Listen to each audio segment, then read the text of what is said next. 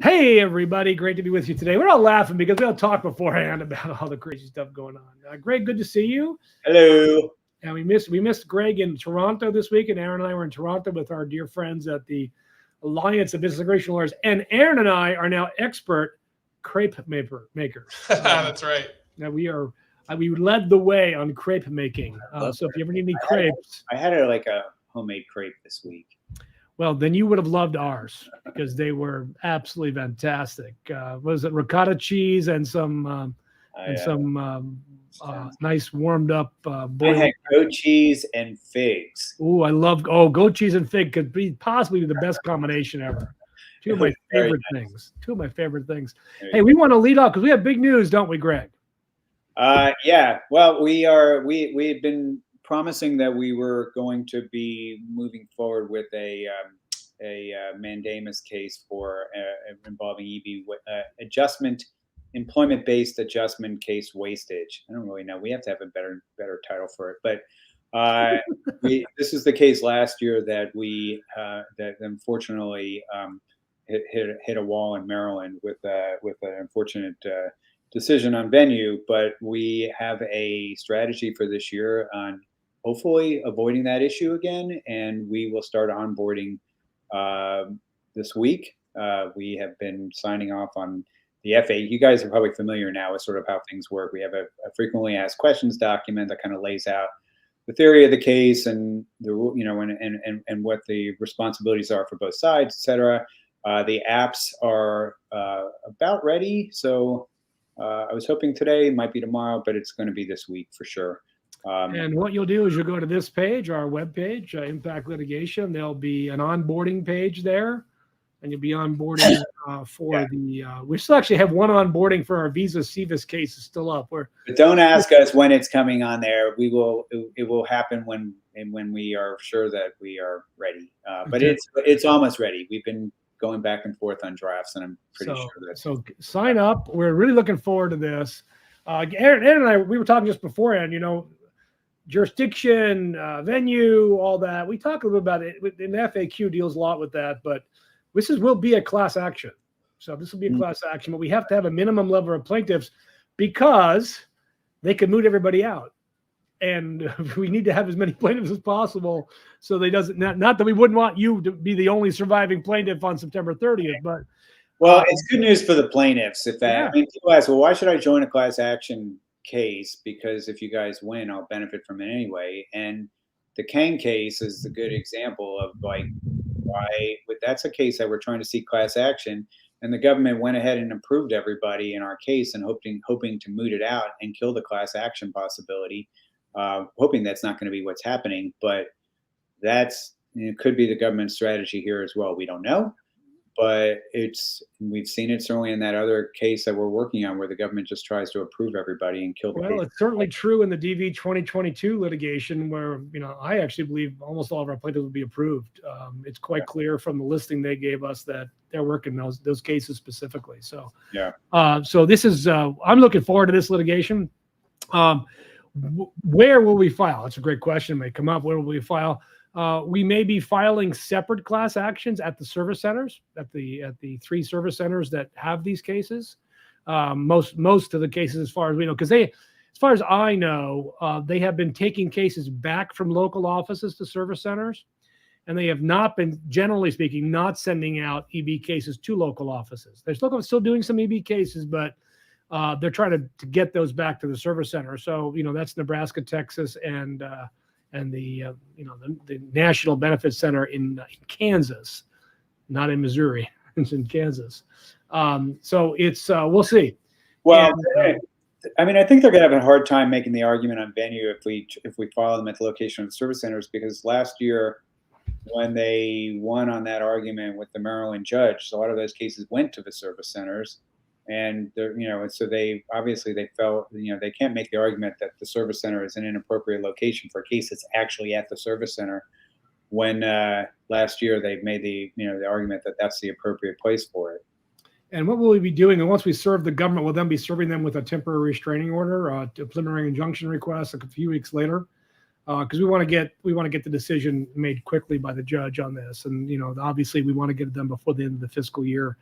And if we were leaning towards any of the service center areas to file, it'd probably be Nebraska and or Kansas. I'm not a huge fan of Texas. All due respect to my Texas friends, the Fifth Circuit sucks, generally speaking, except for one thing, Ms. Chavez. And I think that was an accident. I think that was just an accident on Ms. Chavez, right, Aaron? Accident? Probably. The only thing I will tell you is that regarding that in venue is that there is only one case that was decided last year that got to the actual merits where a judge actually decided whether visas could be reserved or not. And we helped with that case. It wasn't our case, but it was my friend Barry Walker, who lives about an hour and a half from me. And we gave him our pleadings, and he, and we helped him with filing a case for some individuals in the Northern District of Mississippi, which is not, normally known as. And it's the Fifth Circuit. It's not known as the place that's super friendly to immigrants by any means. And he won. The one case that, where a judge decided to make a decision on this issue and not punt it like happened in the Maryland court, was a success. So I feel at least that case will be also, something that'll be helpful for us. Yeah. So there we go. That's our EB Mandamus. And okay, a better word than wastage, because that's just what it is, right? Well, I think it's a good word. I think it would be in Wordle if it had 5 letters, but green card flushing litigation. Flush, Mandamus and flush litigation. Switching over to DV 2022. Yeah. We are, Aaron, we fully briefed yet, or is this Friday that our brief is due? This Friday, so it's underway. We are working on both that, fighting back against that motion to dismiss, and then also DV 2021, the appeal brief. So that's all happening right now. As soon as I get off the call, we get back to it. Get back to that. But I am very heartened for our DV 2022 folks. Somebody last week he said we weren't going to release the list because it's got obviously confidential information on it. Only one of our plaintiffs emailed me directly. Well, they were all emailing me. Oh, that's good. I'm email Aaron. And it's like, it says a visa has been reserved for you and they just need to schedule. That's great news. I mean, that's great news. Obviously some consulates are better than others and some have issues, but over almost half our plaintiffs already have their visas. Cool beans. This is why you sue. And we have no other news other than the appeal on Gomez and Go. But, again, we are not going to get a decision for Go, I don't think, before the end of the year. I mean, maybe in November. At the very least, late this year, I think. Late this year, but not in October, November, December. It'll be fiscal year 2023, almost assuredly. Yeah. Nothing on our K1 Manila case. We're just waiting. We're still getting motion for reconsideration. I think we did a good submission on that. We are getting decisions still on people. Good. In that case, some positive news for some, it's trickling. We should ask next week, maybe we can invite Lily in to kind of give us an update on where the plaintiffs are in that case. Okay. Let's invite Lily. Let's see what else we got here. The EB5 litigation. So if I can find my EB5 tag here. We have now, Bubba has been served. At least in one of the cases, they've entered their appearance. And what's the word we have, gentlemen? Did you want me to tell you what the word is? Well, the word is, the government said, we're working these cases. Yeah, it sounded like the things are heading in a good direction. At least we are working these cases. So thank you to the government counsel for doing that. And that's the goal, get our plaintiffs their visas. All right, get their approval notices in, get those done. And all those adjudications are done at the Immigrant Investor Office of the USCIS. Which I can imagine. I try to envision this office. Is it like 10 by 10, 20 by 20? Like 5 people working there? Who's working at the Immigrant Investor Office? Clearly not a lot of people. Clearly. They must have, I'm thinking they must have really enjoyed COVID because they didn't do squat during COVID. I mean, there was nothing coming out of that office. All right. And the EAD litigation, we are literally still waiting on the judge. This seems to be the story of our life. Not only did the January 6th protesters really tear a fabric in America, they really creamed the DC Circuit Court. Mhm. I mean, that court is just literally overwhelmed with stuff. Biden could see if he could get maybe open the court to have 5 new judges added there and appoint all of them. That would be tremendously awesome. Great idea. And Greg, I just want to touch one last thing. Any word from the folks in Capitol Hill about all the wonderful bills in interest? Today, somebody said, "What about this bill?" in a meeting. It's like, what about this new I law? have had That's no, not the law. I've had no intelligence on any forward movement on anything since our last conversation a week ago. One thing I read, and I read this basically, and this came from Durban, I believe. Basically, the Republicans are not negotiating. They're just not negotiating. They have no desire to move any immigration-related bill at all, including, the big funding bill that they've got the immigration provisions in. They do not want immigration in that bill. And let's be clear, they can stop it. If the Democrats have a choice between including immigration and not passing anything and getting rid of the immigration part of the bill and passing everything, you know what they're going to do, obviously. Yeah. Right? Yeah. Immigration is the redheaded stepsister. It's just gone. So it's an afterthought, which is just stupid considering all the amazing articles that are currently being written about, one, replacement theory, which is, by the way, monumentally racist and not based in any fact of any kind. But two, the clear correlation between the reduction in immigrants coming to America, 2 million at this point, 2 million immigrants short, and the rise of inflation. How is that? How are those correlated? They're correlated by the laws of supply and demand. That's how they're correlated.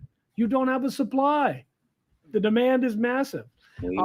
We warned everybody. We did. Wait, you know what? If you just say, look, I'm going to get a bumper sticker for my car. I warned you. I'm just going to say, Yeah. I warned you.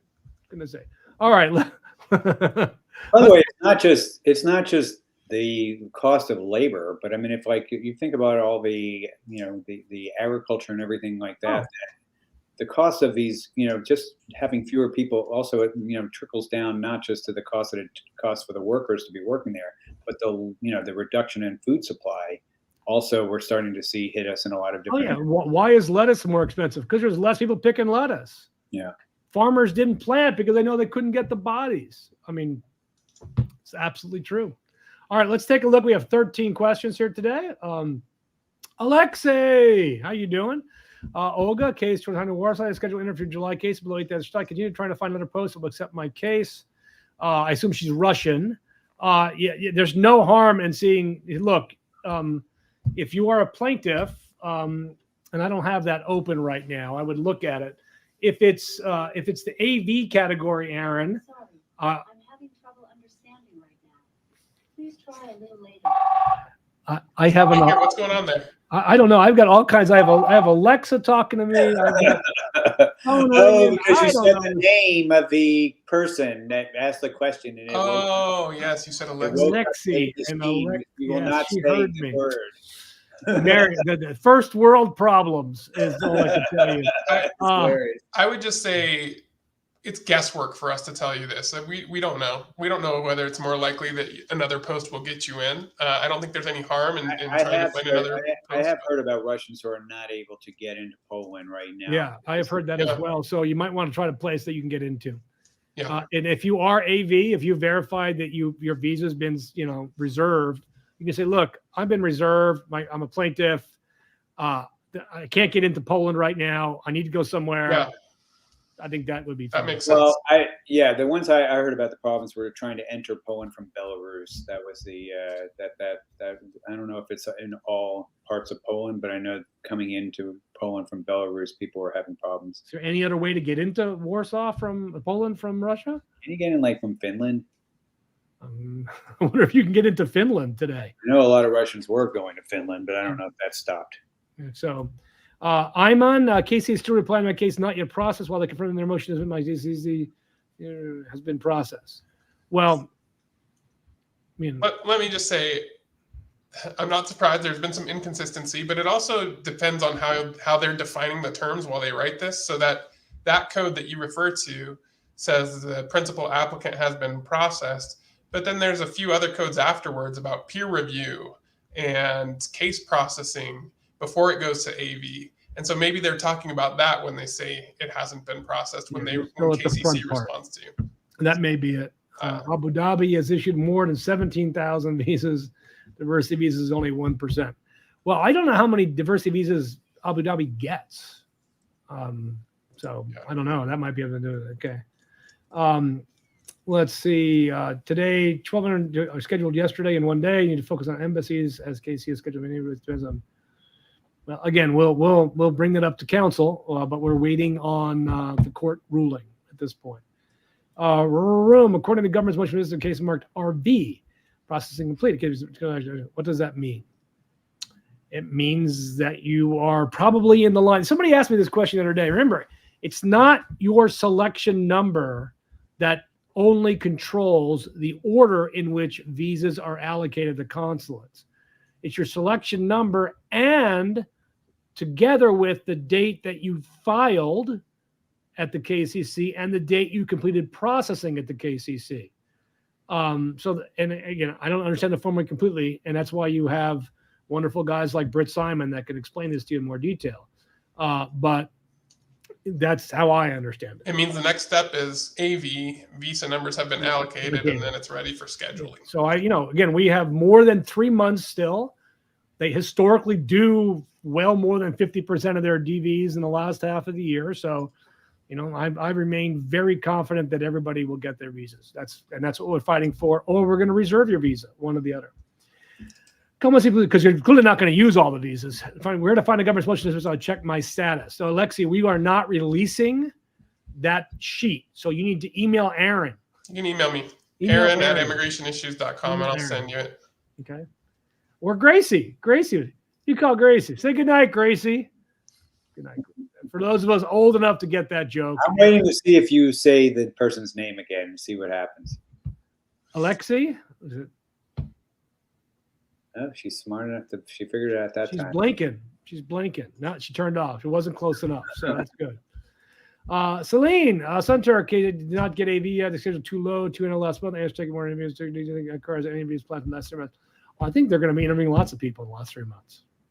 Again, this is now before the court. Once we survive the motion to dismiss, which I'm confident we will, the judge is going to say, what's going on with these people? Why is this consulate not doing any? I mean, he's going to ask. And so I think we're in good shape there. Let's see. Our friend, the CB man, is back. He loves watching our show. Hopefully we get a positive ruling as well on that. All right. My embassy is processing case load 70,000. Again, the numbers themselves are not the controlling factor. Okay. It's when you completed processing. Craig Littleton said, how do we know if Morgan Miles is flat out lying in his sworn statement? Well, because if you lie in your sworn statement, you could go to prison. That's I would think that Morgan Miles values his job more than that. And I have no reason to question the truthfulness of Morgan Miles on these. It's clear it's clear they created a spreadsheet and they updated. That's what's clear. Let's see. Ina, there's a chance that if we win the appeal, the government sits to the Supreme Court.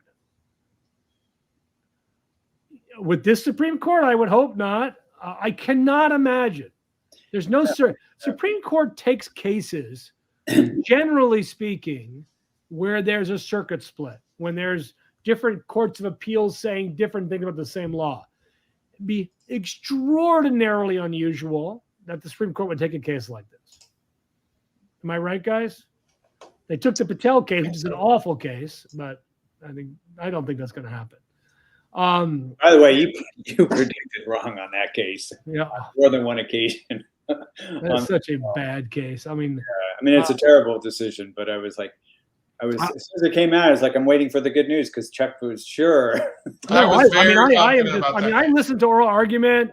I read the briefs. I mean, it's unbelievable that Roberts took that position. That's what really got me. Well, at oral argument, it sounded really positive. I thought Kavanaugh was on board. I thought That's why you can't listen to the oral arguments and make predictions like all the journalists do when they have Yeah, these you're cases right. out It's there. You're true. right. But I mean, the opinion is so clearly wrong. Gorsuch gets it. How he couldn't convince Roberts to go the other way. We all Congress- know what Alito was going to do. In theory, Congress could fix that. That's like in theory that if they This is want the kind of thing where I want to increase the numbers on the court. That's what I want to do. right, but it's not like it's not a constitutional issue or anything like that. It's something that if Congress could fix it if they wanted to. Yeah. So now we got to focus on that. Yeah. All right. Aaron, do you want to explain the abbreviations? Do you have that list in front of you? Yeah, I can pull it up 1 second. P3AS is the first one. That's for the DS-260 for the principal applicant has not yet been processed. DOCQ, DS-260 for the principal applicant has been processed. DOCC, peer review and quality checks have been completed. RV, case processing is complete. The case has been reported for the allocation of visa numbers. AV, visa numbers have been allocated. The case is ready to be scheduled for appointment. And then FP, this case has been scheduled for appointment and the file has been transferred to post. So that's the way it goes. They walk through it. Why they picked these letters, we have no idea. Well, no, some of them make sense. Like the AV or FP. whatever means allocated visa. Or RV means reported for visa or something like that. FP? Got nothing. File to post. For appointment. No, for post. For appointment, for post. All right. All right. All right. Glad you. Thank you very much, Iman. We're working on this. We are.